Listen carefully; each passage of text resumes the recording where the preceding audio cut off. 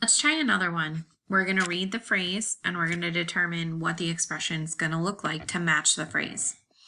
So it says 2 times the difference of 8 and 1 means. What does that mean? Okay, so let's think about it. I want to put my numbers down first. You always want to put your numbers down from your phrase. 2, I have 8 and 1.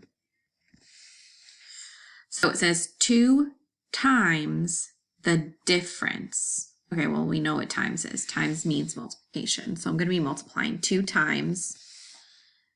Now, does it say 2 times 8 or does it say 2 times the difference of 8 and 1? So thinking about what does difference mean when we have to find the difference. Are we adding, subtracting, multiplying, or dividing? We're subtracting. So looking at this, I know what do I need to figure out first? 2 times 8 or 8 minus 1?